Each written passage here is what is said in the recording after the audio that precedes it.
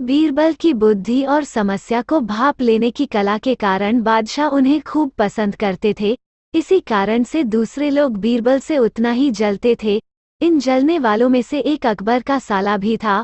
वो हमेशा से ही बीरबल को मिला हुआ खास स्थान लेना चाहता था। बादशाह जानते थे कि बीरबल जैसा कोई और नहीं हो सकता है। वो अपने साले को भी ये बात समझाने की कोशिश करते थे, लेकिन उनका साला हमेशा कहता था कि वो भी काफी बुद्धिमान है। इन सब बातों के कारण एक बार बादशाह के मन में हुआ कि अब ये ऐसे नहीं मानेगा, इसे कुछ कार्य देकर ही समझाना पड़ेगा। तभी अकबर ने अपने साले से कहा कि तुम अपने दिमाग और सूझबूझ से इस कोयले की बोरी को सबसे ज्यादा लालची सेठ दमड़ी लाल को बेचकर आओ। अगर तुमने ऐसा कर दिया तो मैं तुम्हें तुरंत बीरबल की जगह दे दूंगा। यह बात सुनकर अकबर का साला हैरान हुआ, लेकिन उसे बीरबल की जगह चाहिए थी। इसी सोच के साथ वो कोयले की बोरी लेकर सेठ के पास पहुंच गया। सेठ ऐसे ही किसी की भी बातों में आने वाला नहीं था, इसलिए उसने उसे खरीदने से मना कर दिया। अब अपना उदास चेहरा लेकर अकबर का साला महल लौट आया। उसने कहा कि मैं इसे नहीं बेच पाया। इतना सुनते ही बादशाह ने बीरबल को अपने पास बुलाया। उन्होंने अपने साले के सामने ही बीरबल से कहा कि तुम्हें सेठ दमड़ी लाल को यह कोयले की बोरी बेचनी है। बादशाह का आदेश मिलने पर बीरबल ने कहा कि आप एक बोरी बेचने के लिए कह रहे हैं, मैं उस सेठ को एक कोयले का टुकड़ा ही 10,000 में बेच सकता हूँ।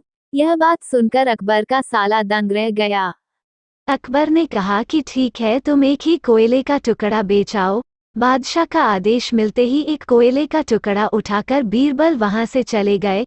उन्होंने सबसे पहले एक मलमल के कपड़े का कुर्ता अपने लिए सिलवाया, फिर उसे पहनकर अपने गले में हीरे मोती की मालाएं डाल लीं और महंगे दिखने वाले जूते भी पहन लिए। इतना सब करने के बाद बीरबल ने उस कोयले के टुकड़े को सुरमा यानी काजल की तरह बारीक पीसकर एक कांच की डिब्बी में डलवा लिया। इसी भेष में वो महल के मेहमान घर में आ गए। फिर बीरबल ने एक इश्तिहार दिया कि बगदाद में एक जाने माने शेख पहुंचे हैं जो जादुई सुरमा बेचते हैं। सुरमे की खासियत में बीरबल ने लिखवाया कि इसे लगाने वाला अपने पूर्वजों को देख सकता है। यदि पूर्वजों ने कोई धन छुपाकर रखा है तो वो उसका पता भी बता देंगे। इस इश्तिहार के सामने आते ही पूरे नगर में बीरबल के शेख रूप और चमत्कारी सुरमे की ही बात होने लगी। सेठ दमड़ी लाल तक भी यह बात पहुंच गई। उसके मन में हुआ, जरूर मेरे पूर्वज ने धन गाड़ रखा होगा, मुझे तुरंत शेख से संपर्क करना चाहिए। इतना सोचकर दमड़ी लाल शेख बने बीरबल के पास पहुंचा।